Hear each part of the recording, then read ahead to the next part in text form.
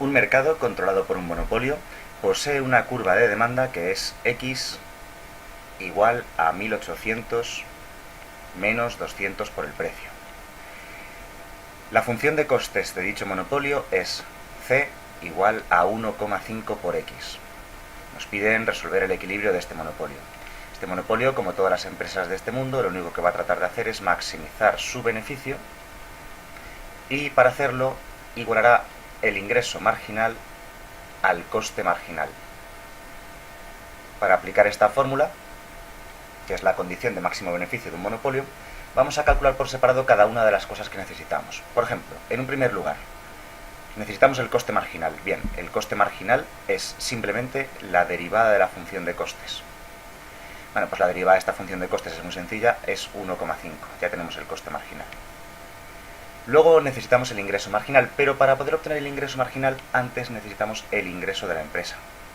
El ingreso de la empresa es precio por cantidad. Pero donde aparece el precio, tenemos que sustituir la curva de demanda de esta empresa.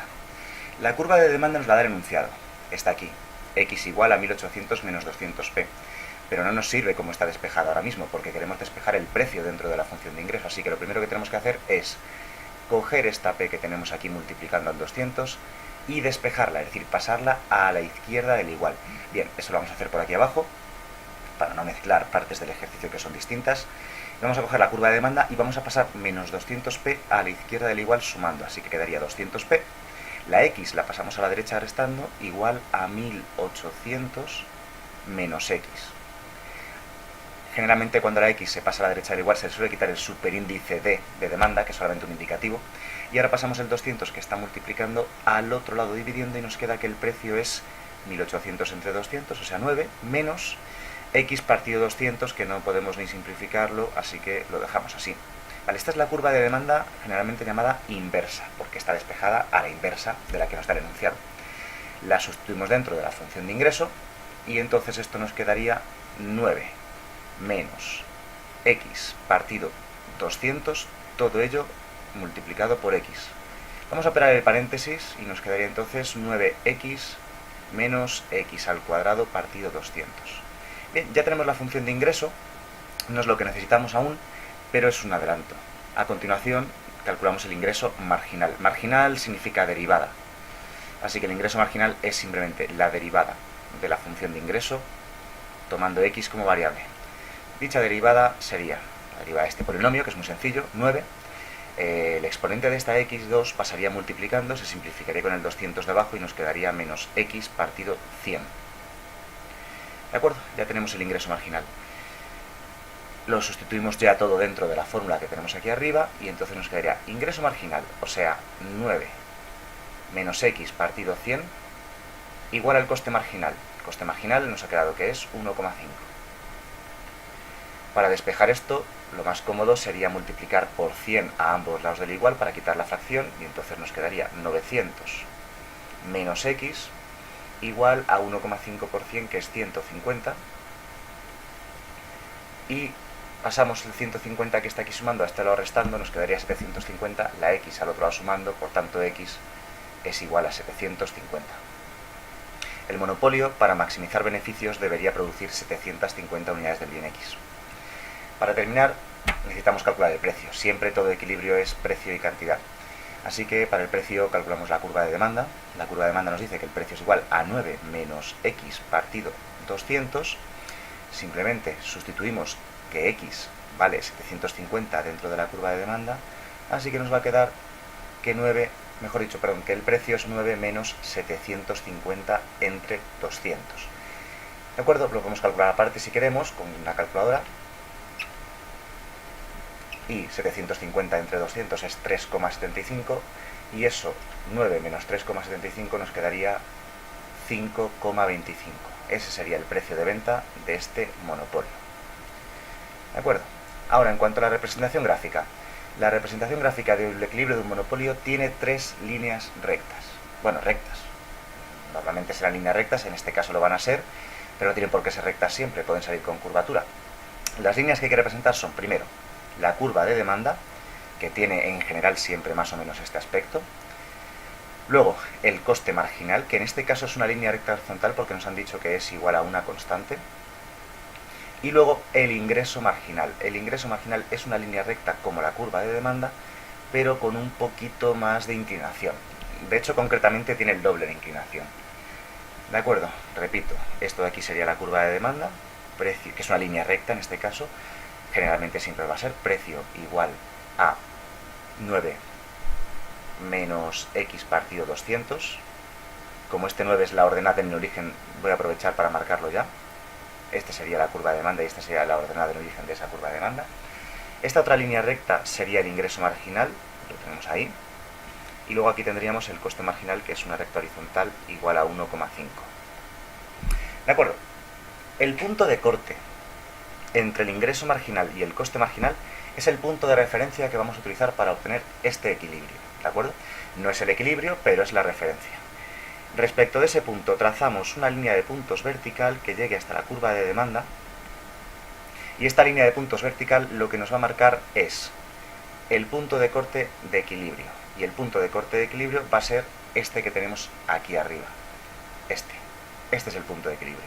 Ese es el equilibrio del monopolio. ¿De acuerdo? Ese punto de equilibrio nos da las cantidades que hemos obtenido. Por ejemplo, el precio. El precio que se corresponde con ese punto ha sido de 5,25. Mientras que la cantidad vendida ha sido de 750 unidades de X. Que por cierto, en el eje horizontal pondremos siempre la cantidad de X y en el eje vertical pondremos siempre el precio de venta. Es por eso, de hecho, que la curva de demanda que representamos, que es esta de aquí, tiene el precio despejado a la izquierda del igual, ¿de acuerdo? Una pequeña anotación: aunque la curva de demanda sea el precio, es conocida, los monopolios no poseen curva de oferta, ¿de acuerdo? Sino que se sitúan sobre la curva de demanda. Concretamente se sitúan en el tramo elástico de la curva de demanda. Este punto de equilibrio que acabamos de mencionar está situado sobre el tramo elástico de la curva de demanda del mercado. Bien, si nos preguntasen por los excedentes, el excedente del consumidor sería el área de este triangulito. Ya está mal, perdón, corrijo un segundito, no sería toda esa área, sino que sería solamente, vamos a hacerlo manualmente, sería el área de este triangulito que queda en la parte de arriba. Ojo, todo el triángulo, no solamente hasta el ingreso marginal, sino todo aquí. Esta área triangular que nos ha quedado aquí en la parte de arriba sería el excedente del consumidor. El excedente del consumidor es muy fácil de calcular porque es el área de un triángulo, ¿de acuerdo? Así que es base por altura partido 2. ¿Cuánto mide esta base? Esta base mide 750. ¿Cuánto mide la altura? Entre 5,25 y 9, es decir, 3,75. Y todo eso partido 2. Bueno, operamos con calculadora, 3,75 por 750 y eso nos quedaría 1406,25. De acuerdo, el excedente del consumidor es el bienestar que obtiene el consumidor al consumir, es decir, la diferencia entre lo que está dispuesto a pagar y lo que realmente paga al final. Se puede calcular siempre, para que no haya ninguna duda, como el área que queda por debajo de la curva de demanda, pero por encima del precio de equilibrio. Así nunca tendremos duda a la hora de calcularlo. Por otro lado, el excedente del productor. El excedente del productor siempre es el área que queda por debajo del precio de venta, pero por encima del coste marginal. En este caso queda un área rectangular.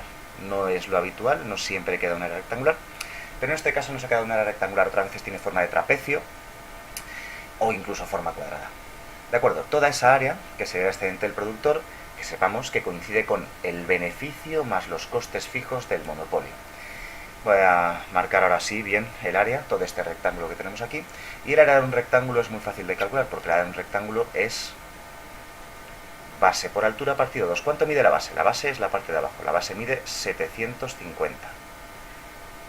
Y la altura es desde este valor de aquí, que es 1,5, hasta 5,25. Y eso es 3,75. No sé si lo he dicho mal.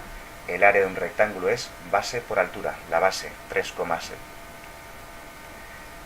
La base es 750, la altura 3,75. ¿De acuerdo?